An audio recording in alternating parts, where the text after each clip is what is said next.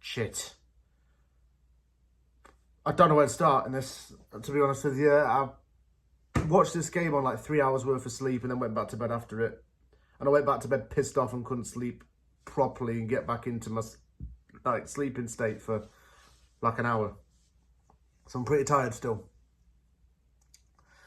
Tired because I worked last night, and also tired because don't know why I got up at 4 o'clock in the morning to watch this game, but I'm bloody nuts. I'm nuts for doing it. Pissed off is the word that I'd use to describe how I feel right now. I'm pissed off at the result. I'm pissed off with the players. I'm a little bit pissed off at the manager. See, everyone talks about how a new manager needs time. Brighton's new manager hasn't needed time. He's got off to a good start right away and won manager of the month for August. Maresca hasn't needed time. It's not really an excuse. Do I want to give Lopetegui time? Yes. I do, actually. But how much time? It's got 10 days to fix everything and make things back on track. It finished West Ham United 0, Chelsea 3 at the London Stadium. West Ham just completely blown out of the water and deserved to lose. I'm not sure what the tactics and the setup were in this. It's starting lineup made the little sense to me. The subs are a bit nonsensical as well. I didn't understand the decision to take some players off. I don't know. I just don't. Ugh. It's annoyed me. This result has actually annoyed me, but I've got to keep it together. I've got to compose myself. The defence is a big worry, actually. I thought we'd solve this. The midfield is just as worrying. Remember that video that I did yesterday about how I would fix the midfield? I think I could have done a better job of fixing it, to be honest with you. And I'm not even the manager. Or do I even profess to be on his level? Do you want me to go into team lineups? Yeah, let's do that. Areola in goal. Aaron Wan-Bissaka and Emerson as fullbacks. Mavropanos and Kilman as centre-backs. It should have been Todibo, by the way. That's coming in a bit. Alvarez and Rodriguez kept their roles in the pivot. Didn't mind that to the start of the game, to be honest. Paqueta at the 10. Somerville and Kudus on the wings. Brilliant. Bowen up top. Fair. I thought we'd start off the game pretty well. I mean, Kudus had a shot at goal. He was one of the players who tried in the game. But Chelsea scored after 3 minutes. Jackson put it through Areola's legs. Who was to really blame for this? Was it Alvarez? Was it Wan-Bissaka? I think Mavropanos also didn't help matters. But Jackson got into a tight angle and slowed it through the goalkeeper's legs. It's like we were reverting to a back five all the time, with Alvarez dropping as a centre-back, then Wan-Bissaka cutting into the midfield. I don't understand how our defence sets up right now. Is it a back five, or are we having false midfielders playing in the defence and vice versa? I can't understand it. I can't see what's going on there. Alvarez had a sluggish game. But by playing as a makeshift centre-back, he wasn't helping matters. In fact, he was making it all worse. The problem with our defensive line was it was going way too far forward. Almost to the point where it was close to the midfield. All Chelsea had to do was get the ball in transition and make passes through to penetrate West Ham and threaten. And they did it a few times. They scored 3 goals, but they could have had 6 or 7, in all honesty, by just doing that alone. The midfielders were poor as well. Rodriguez did nothing. He was way too motionless. Made an odd pass once in a while, but didn't move enough. Paquetá didn't really pass the ball very well. He's been poor, really, since the turn of the calendar year. And the worst part is, we won't probably make a profit on him anymore.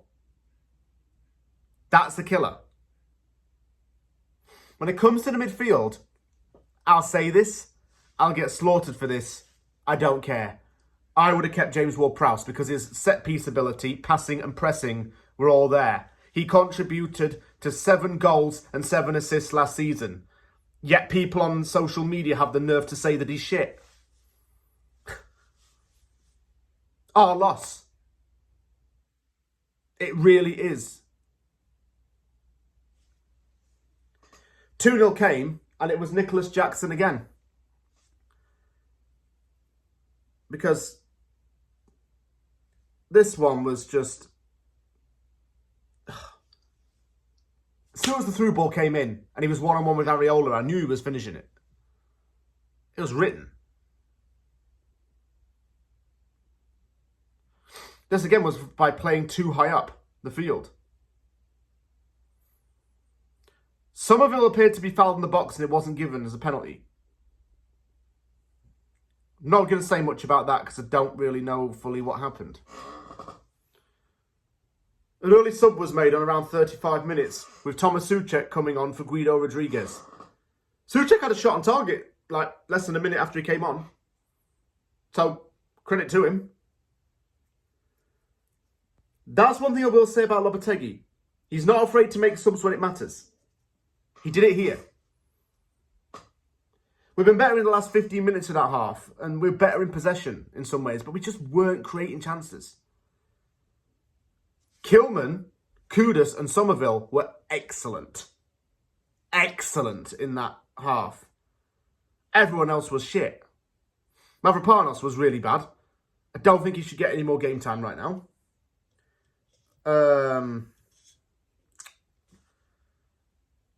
Bowen was very quiet. He struggled to make an impact. Wan-Bissaka gets the ball forward but can't defend. It's the same as Sofal in that sense. He gets the ball forward but cannot defend and go back. And when he did go back, he had to do it because his centre-backs couldn't. And he had to clean up their incompetent mess. We started off a half shit yet again. The second half started off badly. It was 3-0 with Cole Palmer scoring. Everyone's too high up the field to even track back.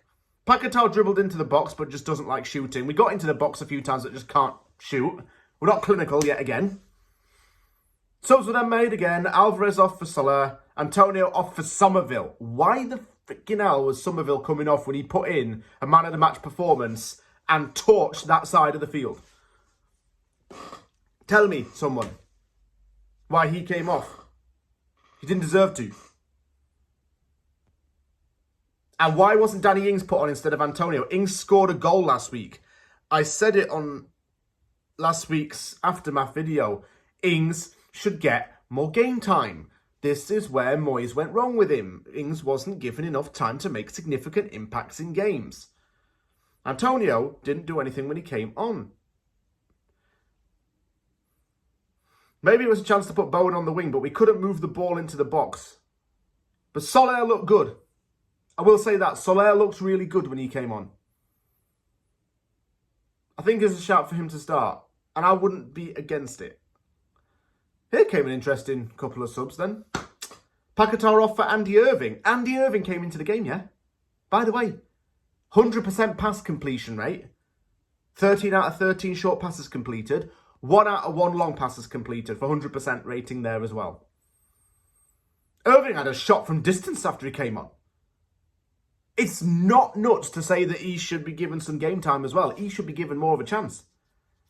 Cresswell came on for Emerson, and if I were JCT, I'd be pissed off about that. Why is a 34-year-old getting on before him? Areola then had a point-blank save, and I was thinking, oh shit, finally he's done something. He's finally saved a freaking chance. Just sluggish for the whole game after that, and it finished 3-0 to Chelsea. I've got some worries so far. It seems like we spent a lot of money on big-name players, and again, they're not making an impact, like what Huselos and Pellegrini did. Or maybe like what Newman did, and they don't gel.